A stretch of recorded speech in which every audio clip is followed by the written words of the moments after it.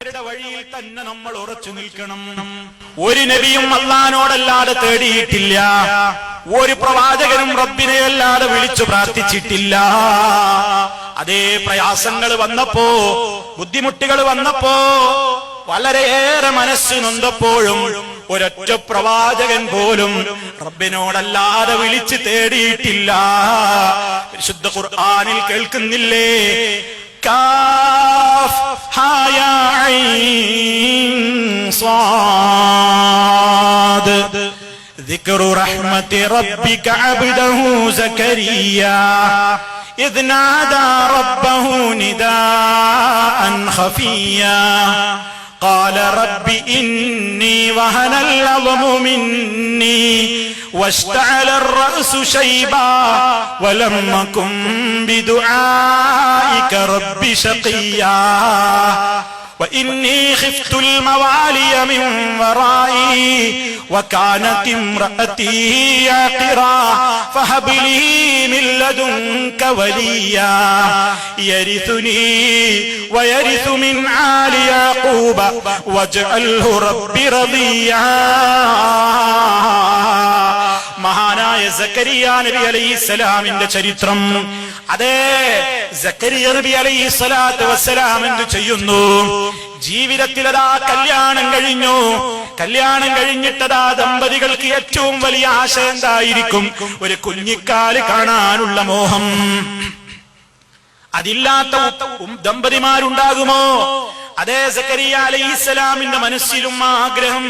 കാലം കുറെ ആയിട്ടും ഒരു കുഞ്ഞിക്കാല് കാണാൻ കഴിയുന്നില്ല, ഒരു മോനോ മോളോ പിറക്കുന്നില്ല. സക്കരിയ നബിയുടെ മനസ്സിൽ വല്ലാത്ത വേദന. ഞാൻ ജനങ്ങളോട് പഠിപ്പിക്കുന്ന ഈ ആദർശം ഏറ്റെടുക്കാൻ എന്റെ തലമുറയിൽ ഞാൻ ആരെയും കാണുന്നില്ലല്ലോ റബ്ബേ. അതുകൊണ്ട് ഫഹബിലി മില്ലതുക വലിയാ, നീ എനിക്കൊരു പിൻഗാമിയെ തരണം റബ്ബേ. നിന്നോട് ചോദിക്കുമ്പോഴൊക്കെ എനിക്ക് കിട്ടിയിട്ടുണ്ട്, നിന്നോട് ഞാൻ പ്രതീക്ഷയോട് ചോദിക്കുന്നു. ഇദ്നാദാ റബ്ബഹു നിദാഅൻ ഖഫിയ്യാ, വളരെ മനസ്സറിഞ്ഞ് സ്വകാര്യമായി രഹസ്യമായി അല്ലാഹുവിനോട് മഹാനവറുകൾ കുഞ്ഞിനെ ചോദിക്കുന്നു. പടച്ച റബ്ബദാ ഉത്തരം കൊടുക്കുന്നു. യാ സക്കരിയ ഇന്നാ നുബശ്ശിറുക ബിഗുലാമിൻ ഇസ്മുഹു യഹ്യാ ലം നജ്അൽ ലഹു മിൻ ഖബ്ലു സമീയാ. ഓ സക്കരിയ, വിഷമിക്കണ്ട, ഞാൻ നിനക്കിതാ സന്തോഷ വാർത്ത അറിയിക്കുന്നു. ഒരാൺകുഞ്ഞിനെ തരാം. ആ കുഞ്ഞിന്റെ പേരുമടക്കം പറഞ്ഞു കൊടുക്കുന്നു, യഹ്യാ അലൈഹിസ്സലാം. നമ്മുടെ മുൻഗാമികളുടെ പാത അതാണ്. ഞാനും നിങ്ങളും അല്ലാഹുവോട് തേടുന്ന മുസ്തഖീമായ സിറാത്ത് അതാണ്. കുഞ്ഞില്ലെങ്കിൽ ആരോട് തേടണം? കുഞ്ഞില്ലെങ്കിൽ ആരോട് തേടണം? മക്ബറയിൽ പോയി തേടണോ? കറാമത്തുണ്ടെന്ന് പറയപ്പെടുന്നവരുടെ ഖബറിടങ്ങളിൽ പോയി കുഞ്ഞിന് വേണ്ടി യാചിക്കണോ? അവിടെ തൊട്ടില് കെട്ടണോ?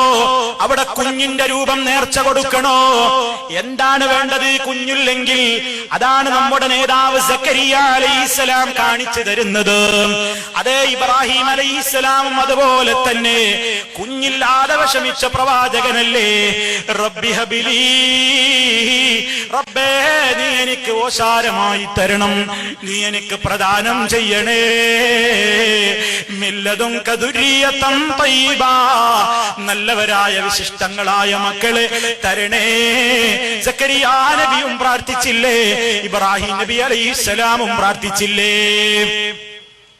അവര് നടന്ന വഴിയിലൂടെ നടക്കുന്നവരാ മുജാഹിദുകൾ, സലഫികൾ.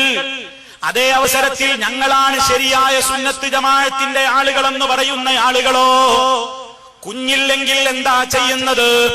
സക്കരിയ നബി തേടിയ റബ്ബിനോടാണോ തേടുന്നത്? ഇബ്രാഹിം നബി തേടിയ റബ്ബിനോടാണോ തേടുന്നത്? അല്ല.